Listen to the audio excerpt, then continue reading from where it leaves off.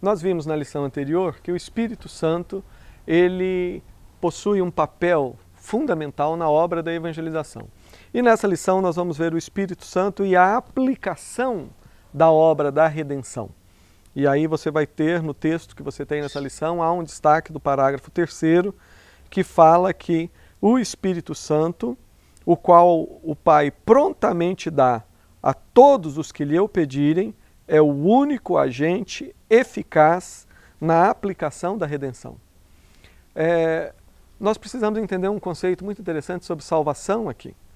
Para que uma pessoa experimente salvação, foi necessário que várias coisas acontecessem fora dela.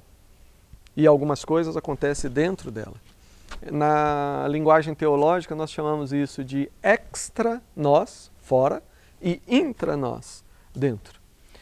O que ocorreu fora de nós para que nós pudéssemos ser salvos? O que ocorreu fora de nós que, sem aquilo, nós não seríamos salvos?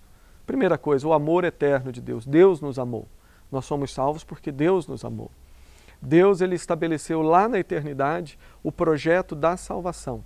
Deus, ele não vai remendando as coisas. Não é um Deus de esparadrapo que cria o homem, ou o homem erra, aí ele vai ter uma ideia, o que faz para consertar? Não. Nós cremos na doutrina do decreto de Deus.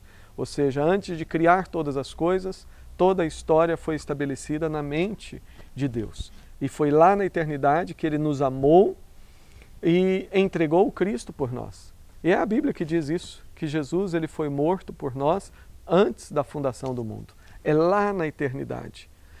Deus então fez todas essas coisas, ele nos uniu a Cristo. É o que nós chamamos de união mística com Cristo. O apóstolo Paulo, nas suas cartas, ele enfatiza muito isso, falando sempre, usando sempre as expressões, né? Nele, por meio dele e para ele, né? Ou seja, é uma união mística com Cristo. É por causa dessa união que nós experimentamos todas as bênçãos advindas da salvação. Então, ocorreram essas coisas fora de nós.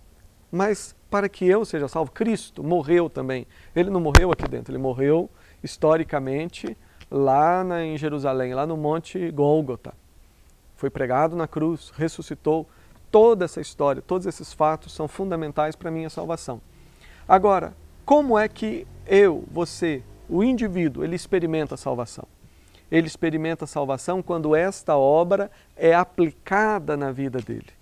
E ele então toma posse disso pela fé. Ele crê, ele experimenta nova vida, os pecados dele são perdoados, ele experimenta justificação, etc. Nós vamos ver daqui a pouco na sequência, melhor dizendo, algumas lições falando sobre esses aspectos, justificação, adoção, santificação. Mas é aí que entra o papel do Espírito Santo, quando diz que ele é o agente da aplicação. É ele que pega os efeitos daquilo que ocorreu fora de nós e aplica em nós, produzindo assim salvação.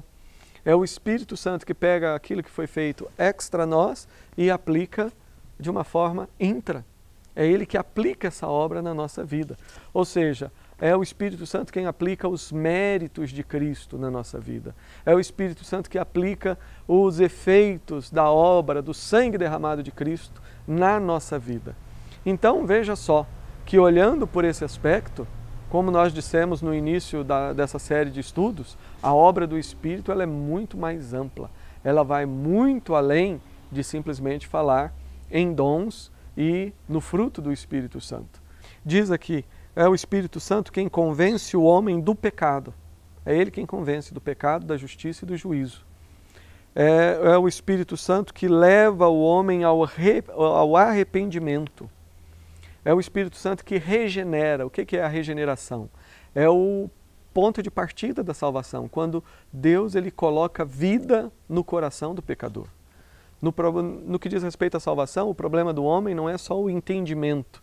O problema do homem é que o coração dele está morto. Ele não quer saber de Deus, ele é inimigo de Deus. Mas como diz Efésios, Deus ele nos dá vida, estando nós mortos nos nossos delitos e pecados. Ou seja, o morto é alguém que não consegue fazer nada de si mesmo. Então a Bíblia diz que Deus ele interfere na vida desse morto e coloca vida. E isso é o Espírito Santo que faz através da obra da regeneração. E então ele nos dá a graça e nos capacita, nos habilita a abraçar Jesus Cristo pela fé. Fé que não vem de nós. É Ele quem nos dá essa fé. É Ele que nos dá todos os elementos para experimentarmos a salvação. E quando entendemos a obra da salvação assim, aí sim nós entendemos o que é o Evangelho. Que o Evangelho realmente é graça.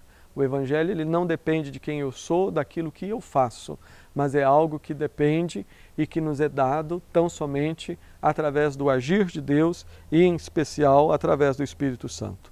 Ele nos une os crentes a Cristo, nos une em um verdadeiro corpo e habita em nós como consolador e santificador.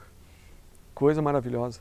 O Espírito Santo ele aplica a obra que foi feita na eternidade e durante a história, por meio de Cristo na nossa vida, nos salva, nos abençoa, nos dá vida e então ele ocupa o espaço que é só dele, o espaço que é de Deus na nossa vida.